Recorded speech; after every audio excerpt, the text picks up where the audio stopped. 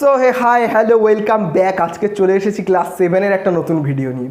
আজকে আমরা করব ক্লাস 7-এর পূর্ব পাঠের পুরালোচনার অঙ্কগুলো, মানে ক্লাস 6-এ আমরা যে অঙ্কগুলো করে এসেছি সেইগুলোই আরেকটু আমরা একটু ঝালিয়ে নেব।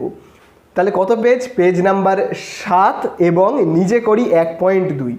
আজকে যে আমরা অঙ্কটা করব সেটা হলো ঐকিক নিয়মের অঙ্কগুলো। এগুলো আমরা ক্লাস 5-এও করেছি, ক্লাস 6-এও কিছুটা করেছি। তো আজকে আমরা সেই অঙ্কগুলোই আরেকবার করে নেব। আজকে আমরা করব কেবলমাত্র 1 থেকে 5 পর্যন্ত। তাহলে চলো কথা না বাড়িয়ে চলে যাব কত দাগ থেকে? প্রথমেই 1-এর দাগ থেকে। তাহলে আমরা প্রথমে করব 1-এর দাগের অঙ্কটা, যেখানে দেখো বলে দিয়েছে একটি চাকা 55 বার ঘুরে 77 মিটার পথ যায়, তবে 98 মিটার পথ যেতে ওই চাকা কতবার ঘুরবে। তাহলে দেখো 1-এর দাগের অঙ্কটাতে কি বলে দিয়েছে? একটি চাকা 55 বার ঘুরে কত যায়? 77 মিটার পথ যায়। তাহলে দেখো আমরা না প্রথমে এরকমভাবে একটু লিখে লিখে করি, যেরকমভাবে আমরা দেখো আগে লিখতাম ক্লাস 6-এ, যেরকমভাবে আমরা লিখে লিখে করতাম না, যে অঙ্কের ভাষায় সমস্যাটি হলো, এরকমভাবে আমরা লিখে লিখে করি। তাহলে আমাদের দেখবো অঙ্কটা করতে না খুব সুবিধা হবে। তাহলে অঙ্কের ভাষায় সমস্যাটি হলো, এরকমভাবে লিখবো, ঠিক আছে। এইবারে দেখবে আমাদের কাছে অঙ্কের মধ্যে উত্তরটা কি জানতে চেয়েছে? আমাদের কাছে উত্তরটা জানতে চেয়েছে চাকাটা কতবার ঘুরবে। তাহলে কতবার ঘুরবে সেইটা জানতে চেয়েছে। তাহলে যেটা জানতে চাইছে তাকে আমরা কোন দিকে লিখবো বলো তো? ডান দিকে। তাহলে চাকাটা কতবার ঘুরবে, তাহলে আমরা না ডান দিকে এরকমভাবে লিখবো চাকার ঘূর্ণন সংখ্যা। চাকার ঘূর্ণন সংখ্যা তার মানে কি চাকাটা কতবার ঘুরবে সেটাকে আমরা এদিকে লিখব, বুঝতে পারলে? চাকার কি লিখলাম আমরা? ঘূর্ণন সংখ্যা। এইবারে এই চাকাটা ঘুরে কত মিটার পথ অতিক্রম করবে, তাহলে আমরা এদিকে কি লিখব?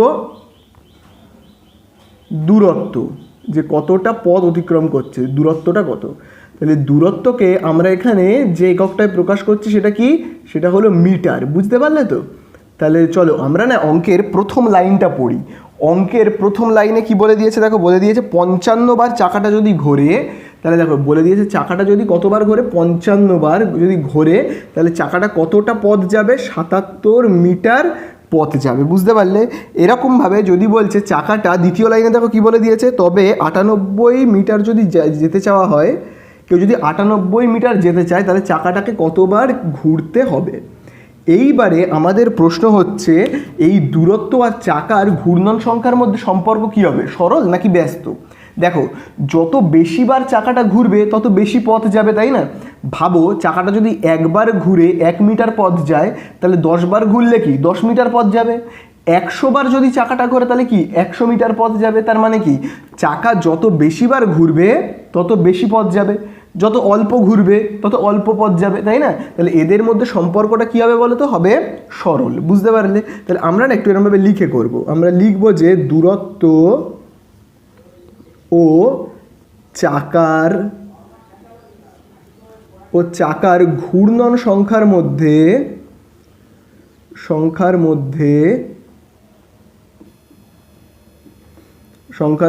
কি লিখবো আমরা? যে সম্পর্কটা হলো সরল, মধ্যে সম্পর্ক আমরা লিখব কি? সরল, বুঝতে পারলে? সম্পর্কটা সরল হলো কেন? এইবারে দেখো আমরা না এবারে ঠিক ঐকিক নিয়মে অঙ্কটাকে করব। কীরকমভাবে দেখো, 77 মিটার পথ যেতে চাকাটা ঘোরে কতবার? 55 বার। তাহলে আমরা এরকমভাবে লিখবো 77 মিটার, ঠিক ঐকিক নিয়মে যেরকমভাবে সাজায় না, 77 মিটার যেতে চাকাটিকে ঘুরতে হয়, 77 মিটার যেতে চাকাটিকে ঘুরতে হয় কতবার? ঘুরতে হয় এই দেখো 55 বার ঘুরতে হচ্ছে। 77 মিটার পথ যেতে চাকাটাকে কতবার ঘুরতে হচ্ছে বলো তো? ঘুরতে হচ্ছে 55 বার। তাহলে 1 মিটার যদি যেতে চাওয়া হয়, আমি যদি 1 মিটার যেতে চাই, তাহলে চাকাটাকে কতবার ঘুরতে হবে? তোমরা ঐকিক নিয়মে জেনেছো, ওপরে এই জায়গাটা লাস্টেরটাকে উপরে বসাবো, আর এই প্রথমে দেখো যেটা রয়েছে না 77, তাকে কোথায় বসাবো আমরা? নিচে, এটা তোমরা জেনেছো। এরপরে আমরা কি করব? এই যে 98 মিটার যদি আমি যেতে চাই, তাহলে চাকাটাকে কতবার ঘুরতে হবে? তাহলে আমরা ঐকিক নিয়মে কীরকমভাবে সাজাই দেখো। এবার আমরা নিচে করে করছি। হ্যাঁ দেখো 55 বাই কত? 77, যেমন আছে লিখবো, এটা দেখে দেখে লিখলাম। গুণ চিহ্ন দেব।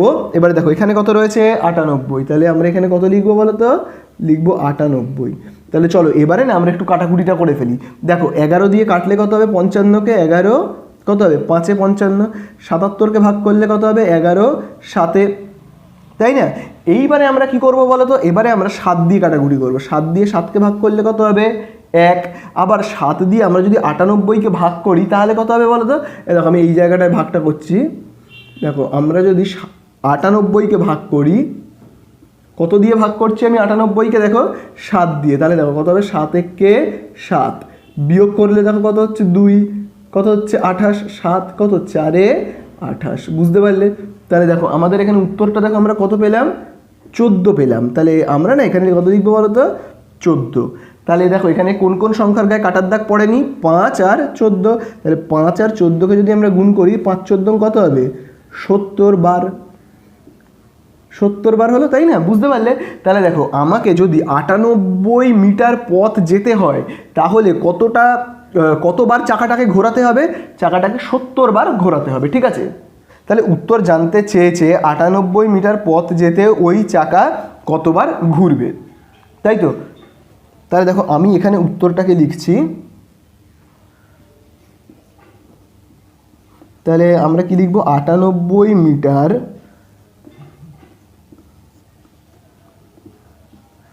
পথ যেতে 70 বার ঘুরবে।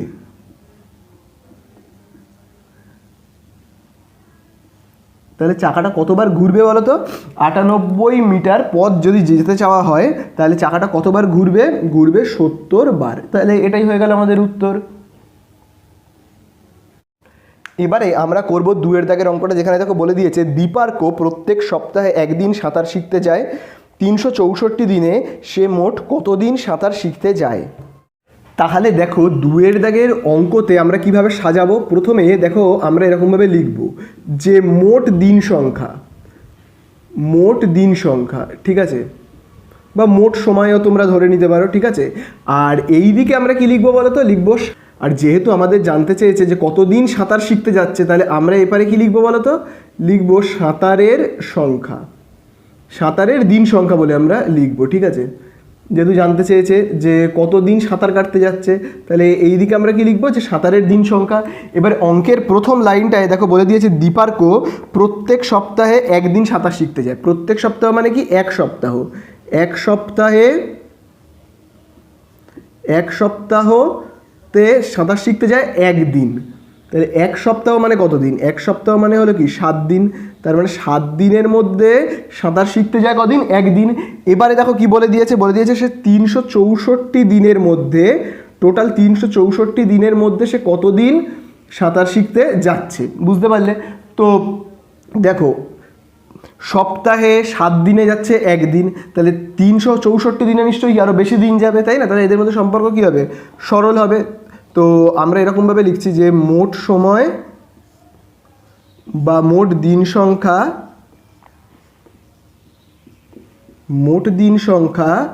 ও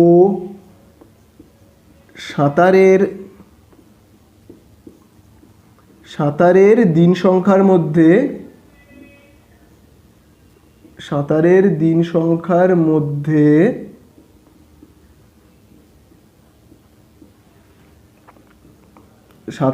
সংখ্যার মধ্যে সম্পর্ক কি বলতো, সম্পর্ক হবে সরল। তার কারণ কি, দেখো 7 দিনে সে যদি একবার সাঁতার শিখতে যায় তাহলে 364 দিনে কি সে আরও বেশি বার যাবে, তাই না? তাহলে দেখো আমরা এখানে লিখবো কি, তাহলে দেখো আমরা এখানে এরকমভাবে লিখবো 7 দিনের মধ্যে সাঁতার শেখে, 7 দিনের মধ্যে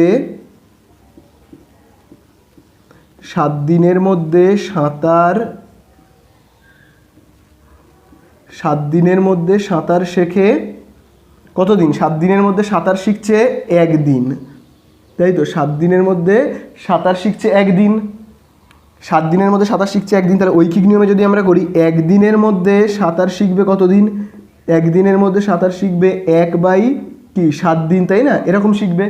আবার জানতে চেয়েছে তাহলে 364 দিনের মধ্যে সে কতদিন সাঁতার শিখতে যাবে, তাহলে আমরা এখানে এরকমভাবে লিখব যে 364 দিনের মধ্যে সাঁতার শেখে, তাহলে কতদিন সাঁতার শিখবে? দেখো এখানে কত রয়েছে, 1/7 গুণ আমরা কি লিখবো, 300, কত লিখবো, 364, তাই না, দিন সাঁতার শিখবে। তাহলে চলো আমরা না প্রথমে ভাগ করি, 7 দিয়ে 7কে ভাগ করলে কত হবে 1, আর 7 দিয়ে 364কে ভাগ করলে কত হয়। দেখো আমরা যদি এখানে ভাগটা করি, 364কে না আমরা ভাগ করি 7 দিয়ে, 7 5-এ কত হবে, হবে 35, তাহলে 1 4 কত হবে 14, তাহলে 7 দুগুণে কত হচ্ছে, হচ্ছে 14, তার মানে 52 বেরোচ্ছে উত্তরটা, তাই না। তাহলে আমরা এখানে কি বলতে পারি, যে 52 দিন। তার মানে উত্তরটা দেখো কি দাঁড়ালো এখানে, যে 7 দিনের মধ্যে সে যদি একদিন সাঁতার শিখতে যায়, তাহলে 364 দিনের মধ্যে সে 52 দিন সাঁতার শিখবে, তাই না। তাহলে এখানে উত্তর জানতে চেয়েছে 364 দিনে সে মোট কতদিন সাঁতার শিখতে যায়। তাহলে আমরা এখানে উত্তরটা লিখব,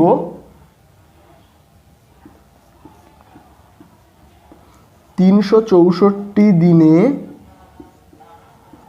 364 দিনে সে 52 দিন, উত্তরটা যেহেতু 52 বেরিয়েছে, 52 দিন সাঁতার শিখতে যায়, সাঁতার কি হবে, শিখতে যায়।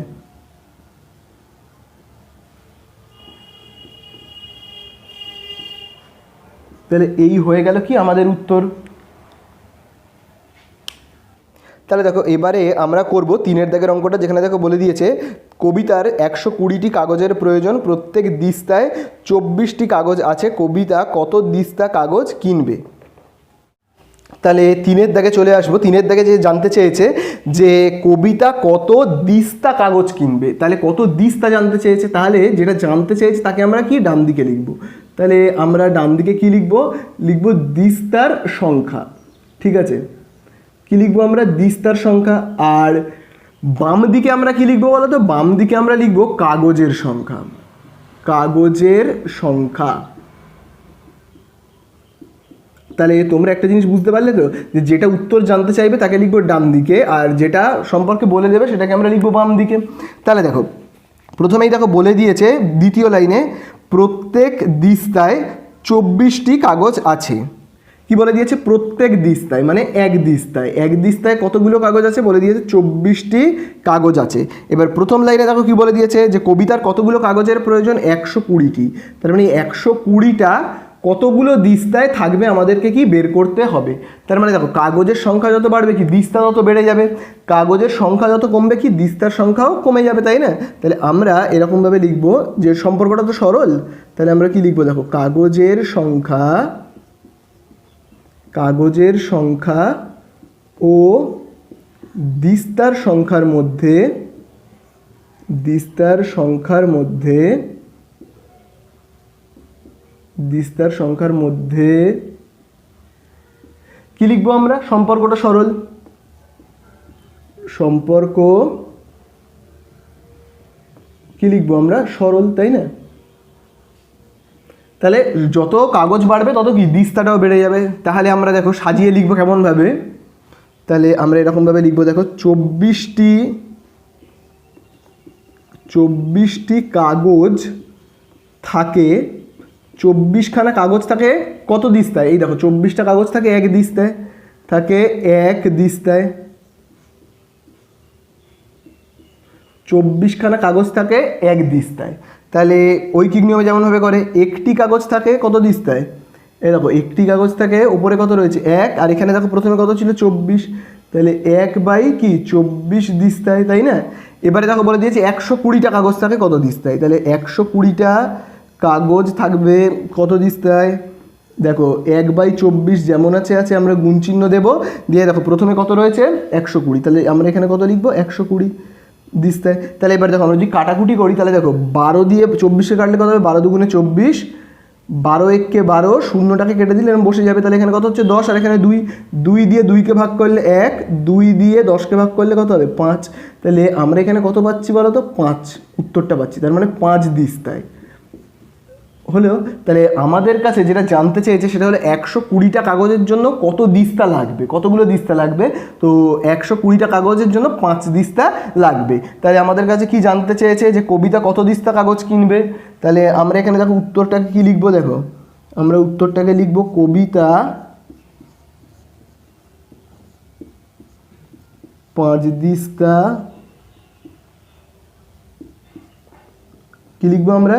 কবিতা 5 দিস্তা কাগজ কিনবে। তাহলে আমি কিনবেটাকে একটু নিচে করে লিখছি। হ্যাঁ, কবিতা 5 দিস্তা কি কাগজ কিনবে। হয়ে গেল, অঙ্কটা শেষ। তো এবারে আমরা করব 4 দাগের অঙ্কটা, যেখানে দেখো বলে দিয়েছে 1 ডজন ডিমের দাম 48 টাকা হলে 32টি ডিমের দাম কত। তাহলে আমাদের কাছে কিন্তু জানতে চেয়েছে ডিমের দাম। তাহলে যেটা জানতে চেয়েছে আমরা তাকে ডান দিকে লিখবো, তাই না? তাহলে আমরা ডান দিকে কি লিখবো বলো তো? আমরা ডান দিকে লিখবো ডিমের দাম। সেটাকে আমরা লিখবো কি? ডান দিকে, বুঝতে পারলে? আর দামকে আমরা সবসময় কি দিয়ে প্রকাশ করি? টাকা দিয়ে, তাই তো? তাহলে আমরা কি লিখলাম? ডান দিকে ডিমের দাম। আর এই দিকে আমরা কি লিখবো বলো তো? লিখবো ডিমের সংখ্যা। ডিমের কি লিখবো আমরা বলো তো? লিখবো ডিমের সংখ্যা। তাহলে দেখো আমরা না অঙ্কের প্রথম লাইনটা পড়ি। প্রথম লাইনটায় দেখো কি বলে দিয়েছে? বলে দিয়েছে 1 ডজন ডিমের দাম 48 টাকা। তাহলে 1 ডজন মানে কত? 12টা। তাহলে 12টি ডিমের দাম দেখো কত বলে দিয়েছে? 12টি ডিমের দাম দেখো বলেই দিয়েছে কত? 48 টাকা, তাই না? 12টা ডিমের দাম বলে দিয়েছে 48 টাকা। তাহলে জানতে চেয়েছে কি 32টি ডিমের দাম কত? জানতে চেয়েছে 32টি ডিমের দাম কত। তো দেখো যত বেশি ডিম কিনবো তত বেশি টাকা লাগবে, যত কম ডিম কিনবো কম টাকা লাগবে। তাহলে ডিমের সংখ্যা ও দামের মধ্যে সম্পর্ক কী হবে? সরল। তাহলে আমরা ঠিক এরকমভাবে লিখবো ডিমের সংখ্যা ও ডিমের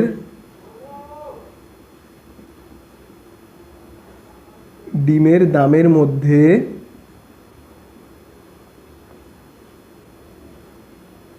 সম্পর্ক সরল।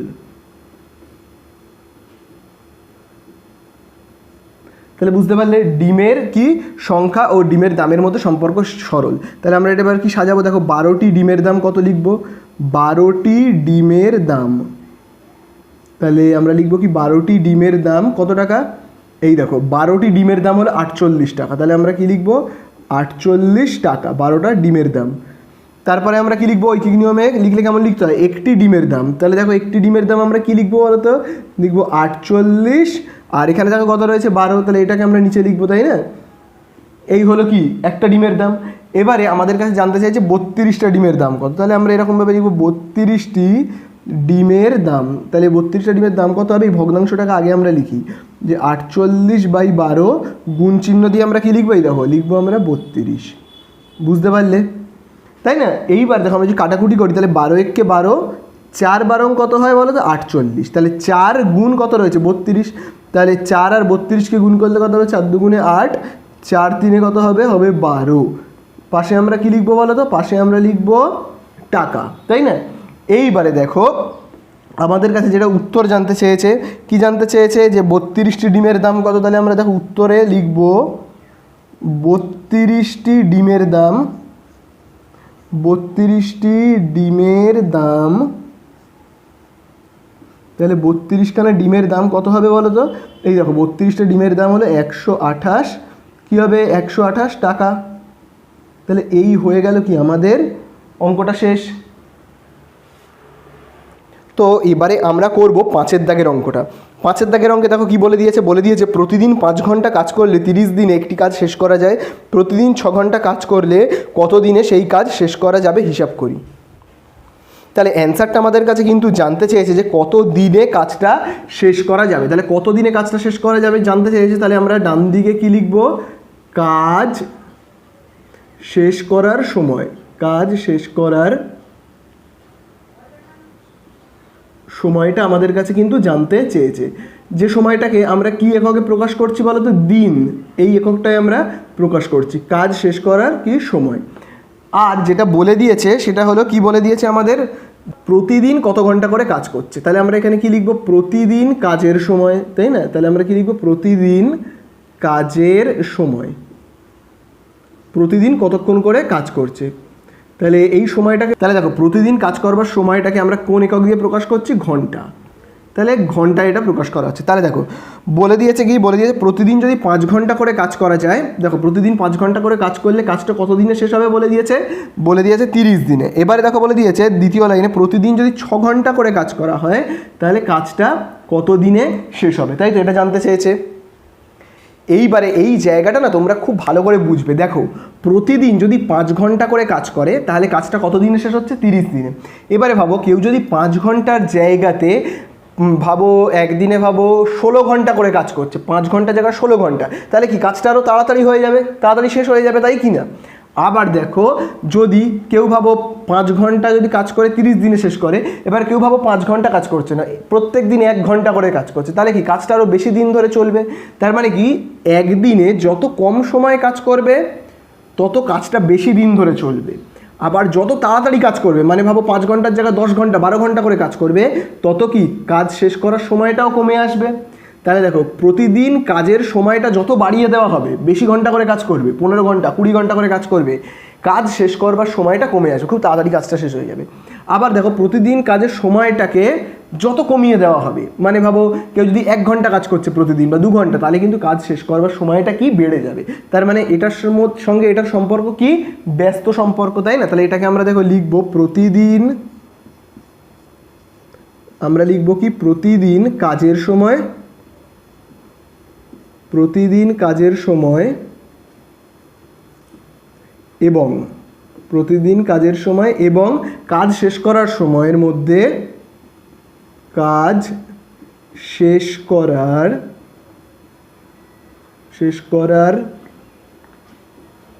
সময়ের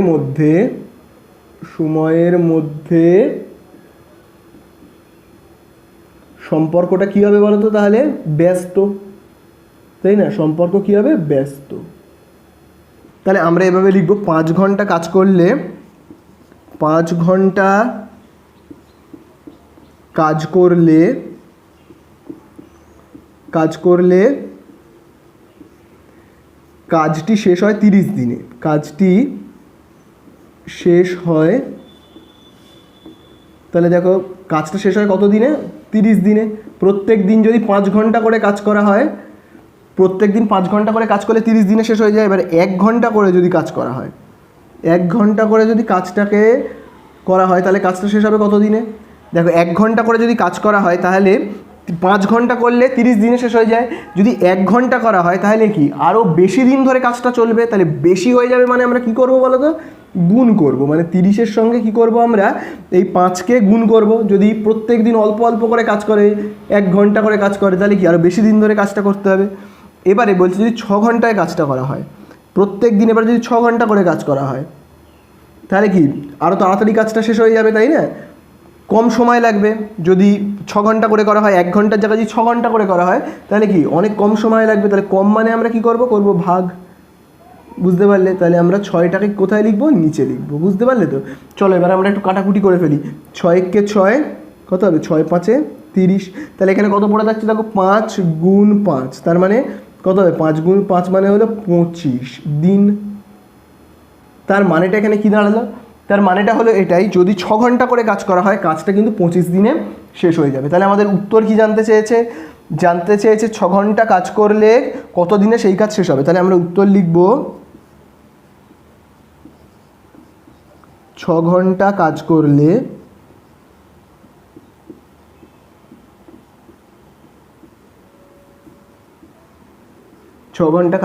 25 দিনে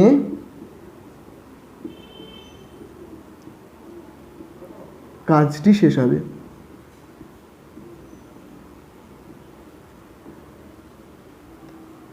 হয়েছে। তাহলে কী লিখলাম আমরা? 6 ঘন্টা কাজ করলে 25 দিনে কাজটি শেষ হবে। আচ্ছা, এটা কিন্তু 1, ঠিক আছে। তাহলে এই অঙ্কটাও শেষ হয়ে গেল।